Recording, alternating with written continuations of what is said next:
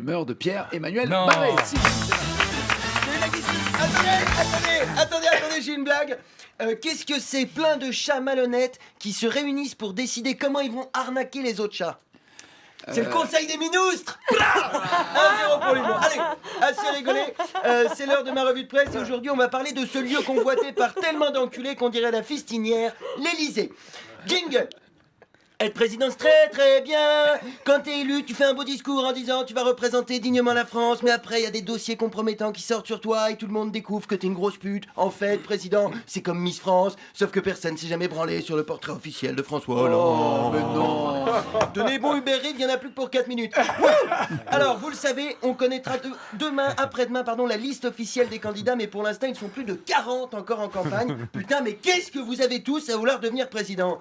Pas de notre faute si personne vous aimait à l'école, que vous avez jamais été élu délégué, vous vengez pas sur nous. Hein, si ce que vous voulez c'est mesurer votre notoriété, faites une chaîne YouTube, comptez les petits pouces en vous doigtant le cul et arrêtez de nous casser les couilles. Hein, ça ne sert à rien, un président. C'est juste bon à prendre un coup de soleil sur les Champs-Élysées le 14 juillet et à sucer des Saoudiens sous leur djellaba pour vendre des rafales. Autant élire Clara Morgan, on vendra plus d'avions. Hein. ou même David Pujadas, il sait tellement bien sucer les politiques qu'il pourrait vendre des sous-marins à la Suisse.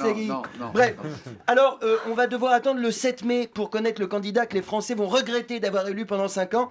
Mais pour l'instant, la campagne est magique, on se régale. C'est du jamais vu. On a l'impression que la République est une gastro, toutes les 10 minutes, elle chie une affaire sur un candidat. La mise en examen de Fillon pour détournement et abus de biens sociaux, les emplois fictifs et la déclaration de patrimoine sous-évalué de Le Pen, Macron qui touche 3 millions d'euros chez Rothschild et qui vient chialer parce qu'il a plus de quoi payer ses impôts et le polydent de sa meuf. C'est pas 500 signatures. C'est pas 500 signatures qu'on devrait leur donner, c'est 500 coups de latte dans la gueule. On met les candidats en ligne et blah, une droite par signature récoltée. Là, Henri Guénaud, il va bien fermer sa gueule. Non, mais en fait, c'est bon, j'ai pas les 500 parrainages, mais c'est pas grave, 17, ça me suffit. Alors, celui qui est au top en ce moment, c'est quand même François Fillon. Le mec, il a tellement d'histoires au cul, on dirait Père Castor. Et il y a 12 perquisitions chez lui par jour. Les enquêteurs, ils ont déménagé dans la Sarthe pour réduire leur bilan carbone. Même Vergès, il aurait refusé d'assurer sa défense. Milosevic, Laurent Gbagbo, Klaus Barbie avaient une chance de gagner, mais là, c'est pas possible. Je sais même pas comment il va faire pour continuer à faire campagne, Fillon. Il passe tellement de temps au commissariat, il paraît que les flics lui ont demandé de participer au pot commun pour le café et le PQ. Et là, je peux vous dire, les autres candidats, ils en peuvent plus, ils sont excités comme Morandini devant une pub Pampers. Hein, c'est simple, quand elle a appris la mise en examen de Fillon, Marine, elle a joui sur place. C'était Aqua Boulevard au siège du FN, ils ont été obligés de mettre des panneaux sols glissants partout. Elle a fait un jet tellement puissant, elle a crevé le deuxième œil de son père. Ah, je suis aveugle, tout est noir autour de moi, c'est horrible. Même Macron, il a mouillé quand Fillon s'est fait gauler par les juges. Il avait déjà volé son programme, il était chaud pour récupérer les électeurs.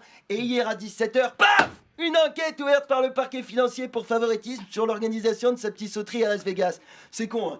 C'est con, tout le monde était pour lui en ce moment. Alain Minc, Xavier Niel, Robert Rue, Jean-Yves Le Drian, même Valls, il trépignait à l'idée d'y aller. Il révolutionne les lois de la physique, Macron. C'est le premier aimant qui attire uniquement la merde. Moi, je te foutrais tout ça en tôle. Il aura même pas besoin de faire campagne, les co-détenus, ils seront comme lui, ni à gauche, ni à droite, bien au milieu dans son cul. Pardon, je suis énervé. Je suis énervé, mais c'est quand même incroyable. Ça se voit pas du tout. Si, un petit peu quand même. Macron, Le Pen et Fillon, ils cumulent 72% d'intention de vote au premier tour. Putain, mais vous les voyez, les preuves qu'on se fait mettre, elles sont en une de tous les journaux. Même Pif Gadget, ils hésitent à sortir un numéro spécial citoyenneté avec un mini-god et un petit flacon de poppers pour préparer les bambins à leur vie d'électeur. Et malgré ça, t'as 30 millions de gens qui vont aller voter le 23 avril. Alors oui, peut-être que les candidats sont pas tous pourris, mais désolé, quand tu vas bouffer 29 fois chez le chinois et que tu ressors systématiquement avec la chiasse, la 30e fois, même si c'est Alain Ducasse qui prépare le canard laqué, tu restes dîner à la maison. Merci de m'avoir écouté.